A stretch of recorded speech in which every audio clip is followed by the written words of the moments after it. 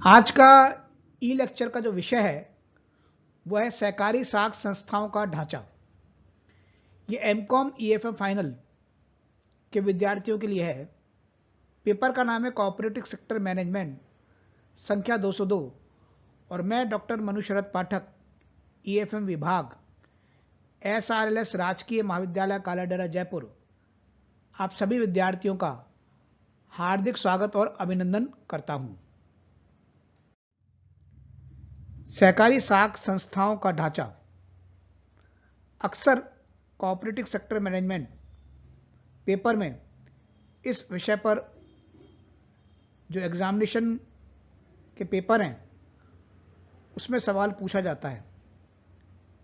इसमें अपन ये जानकारी हासिल करेंगे कि भारत में कौन कौन सी सहकारी साख संस्थाएं हैं और वो किस प्रकार से किसानों को उनकी आवश्यकताओं के लिए ऋण सुविधाएं प्रदान कर रही है और उनकी क्या भूमिका है। तो प्रिय विद्यार्थियों, आपका पुनः स्वागत है। प्रारंभ करते हैं। भारत में सहकारी साख संस्थाओं को दो भागों में बांटा जा सकता है। पहला कृषि साख संस्थाएं और दूसरा गैर कृषि साख संस्थाएं। कृषि साख संस्थाओं को दो भागों में बांटा जा सकता है। प्रथम, ऐसी संस्थाएं जो अल्पकालीन एवं मध्यकालीन साख संस्थाएं हैं, यानी अल्पकाल और मध्यकाल के लिए जो ऋण सुविधा प्रदान करती हैं। और दूसरी जो कृषि साख संस्थाएं हैं, दीर्घकालीन साख संस्थाएं कहलाती हैं, जो दीर्घकाल के लिए किसानों को ऋण सुविधा प्रदान करती है। अल्पकालीन और मध्यकालीन साख संस्थाओं में राज्य स्तर पर अगर बात की जाए तो शीर्ष सहकारी बैंक, जिला स्तर पर केंद्रीय सहकारी बैंक तथा ग्रामीण स्तर पर प्राथमिक साख समितियां हैं। जबकि दीर्घकालीन साख संस्थाओं में केंद्रीय भूमि विकास बैंक तथा प्राथमिक भूमि विकास बैंक ये सुविधा प्रदान कर रहे हैं, यानी दीर्घकालीन सुविधा दे रहे हैं। इसके अलावा गैर कृषि साख संस्थाएं हैं। इनको चार भागों में बांटा जा सकता है। कर्मचारी साख समितियां, केंद्रीय शहरी साख बैंक, केंद्रीय सहकारी गृह बंधक बैंक तथा शहरी सहकारी गृह बंधक बैंक, और इसके अलावा शीर्ष औद्योगिक सहकारी बैंक। सहकारी संस्थागत साख की आवश्यकता आखिर क्यों पड़ी? जैसा अपन जानते हैं कि भारत कृषि प्रधान देश है, परंतु कृषि क्षेत्र असंगठित है। अतः कृषकों की आवश्यकता को पूरा करने के लिए संस्थागत साख जरूरी है, जिससे उन्हें ऋण के लिए सेठ साहूकारों पर निर्भर ना होना पड़े। यहां यह प्रश्न उत्पन्न होता है कि ग्रामीण साख के लिए सहकारी व्यवस्था को ही क्यों उचित माना गया है। इसका कारण है वे यह है कि ग्रामीण साख समितियां किसानों की ही समितियां होती है। कृषक ही इनके सदस्य व संचालक होते हैं, अतः ही अपनी वित्तीय आवश्यकताओं का सही अनुमान लगा सकते हैं।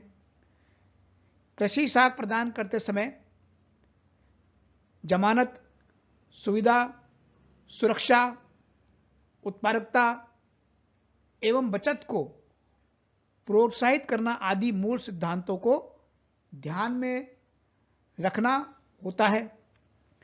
इन सिद्धांतों के अनुसार कृषकों को सस्ती साख प्रदान करना ही पर्याप्त नहीं है।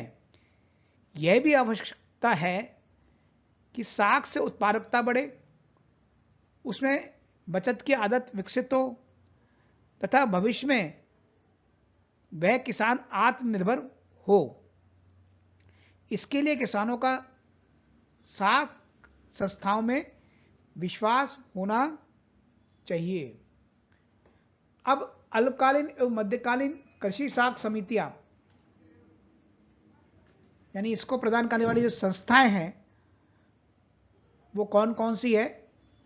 जैसा कि पूर्व में अपने पहले स्लाइड में किया था कि पहली है प्राथमिक सहकारी कृषि साख समिति, और इसका सबसे बड़ा योगदान रहता है ग्रामीण क्षेत्रों तक साख सुविधा प्रदान करने में। यह समितियां ग्रामीण स्तर पर गठित की जाती है, जो कि अपने सदस्यों को अल्पकालीन व मध्यकालीन ऋण प्रदान करती है। प्राथमिक समितियों की स्थापना के लिए सदस्य संख्या 10 होनी चाहिए। सहकारी समितियों के रजिस्ट्रेशन कार्यालय में इनका करवाना होता है। समान रूप से इन समितियों का कार्य क्षेत्र एक गांव तक सीमित होता है।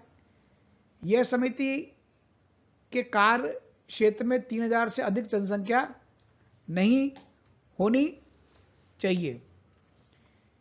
इन समितियों का संचालन प्रजातांत्रिक ढंग से किया जाता है तथा प्रत्येक समिति अपने लाभ का 25% भाग संचित कोषों में हस्तांतरित करती है, शेष सदस्यों में बांटा जाता है। अल्पकालीन साख अवधि 3 माह से 15 माह तक की होती है। मध्यकालीन अवधि 15 माह से 5 वर्ष की होती है। किसानों को अल्पकालीन साख बीज खरीदने, लगान चुकाने, घरेलू उपभोग की पूर्ति के लिए, मजदूरी चुकाने आदि कार्यों के लिए दिए जाते हैं। जबकि मध्यकालीन साख भूमि में सुधार, पशु खरीदना, कृषि यंत्र खरीदना, मकान बनवाना, बगीचे लगवाना, पौधे लगाना आदि कार्यों के लिए प्रदान किए जाते हैं। दूसरा इसमें है केंद्रीय सहकारी बैंक। जिले के सभी प्राथमिक समितियां केंद्रीय सहकारी बैंकों की सदस्य होती हैं।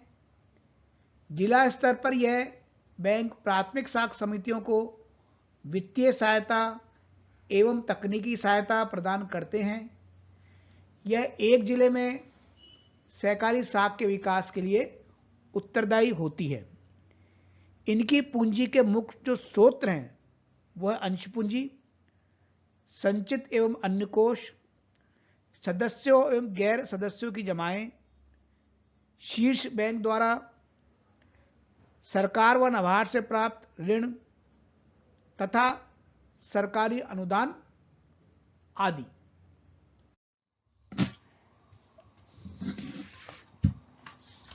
शीर्ष अथवा राज्य सहकारी बैंक। राज्य में एक सहकारी बैंक होता है ये, जिसका क्या काम है? निर्देशन, नियंत्रण, निरीक्षण आदि महत्वपूर्ण कार्यों के लिए यह उत्तरदायी होता है। राज्य में सहकारी विकास की नीतियों में समन्वय स्थापित करना। शीर्ष बैंक के प्रमुख कार्य निम्नलिखित हैं। केंद्रीय सहकारी बैंकों का निरीक्षण, सर्वेक्षण एवं निर्देशन करना। केंद्रीय सहकारी बैंकों के लिए विनियोग संस्था के रूप में कार्य करना। रिजर्व बैंक व मुद्रा बाजार से संपर्क बनाए रखना। केंद्रीय सहकारी बैंकों के प्रति जनविश्वास जागृत करना।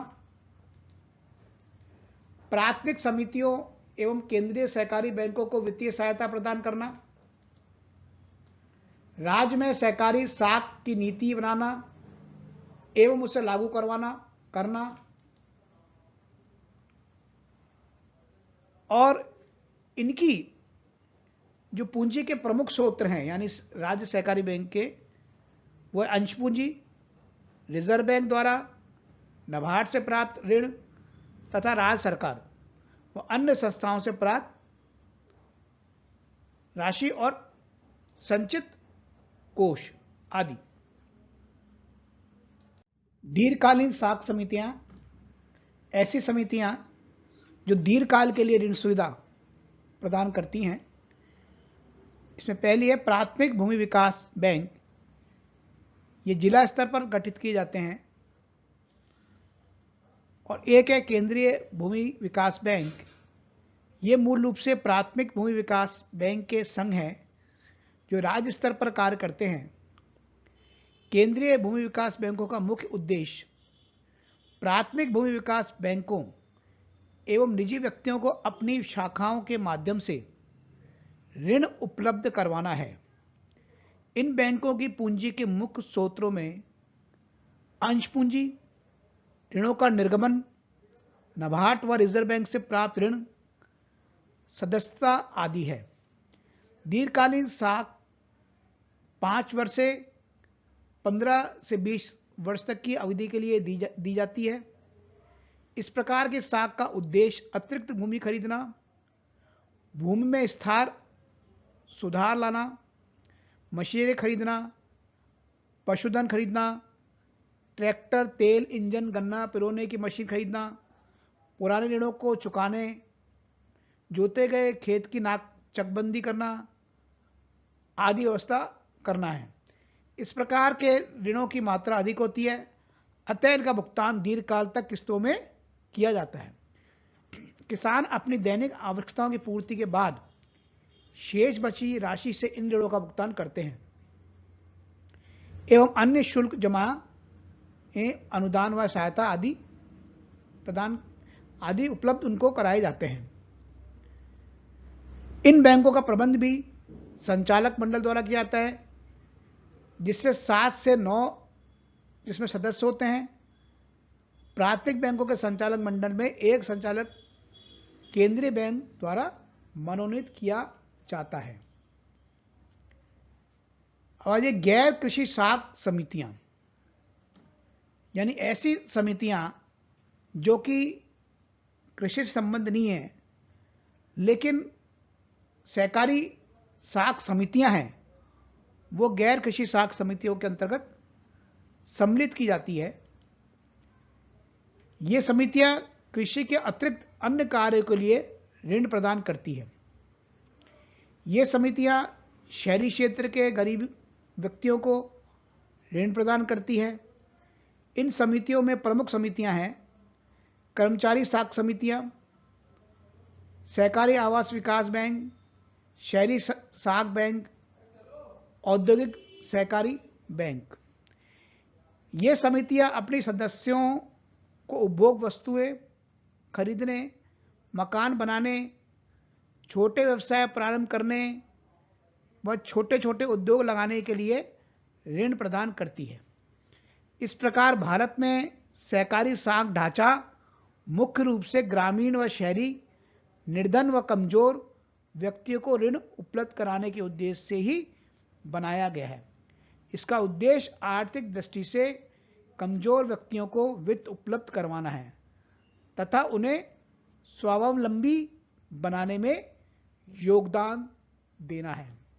तो आपने ये ई लेक्चर देखा, आपको पुनः धन्यवाद। जय हिंद, जय भारत।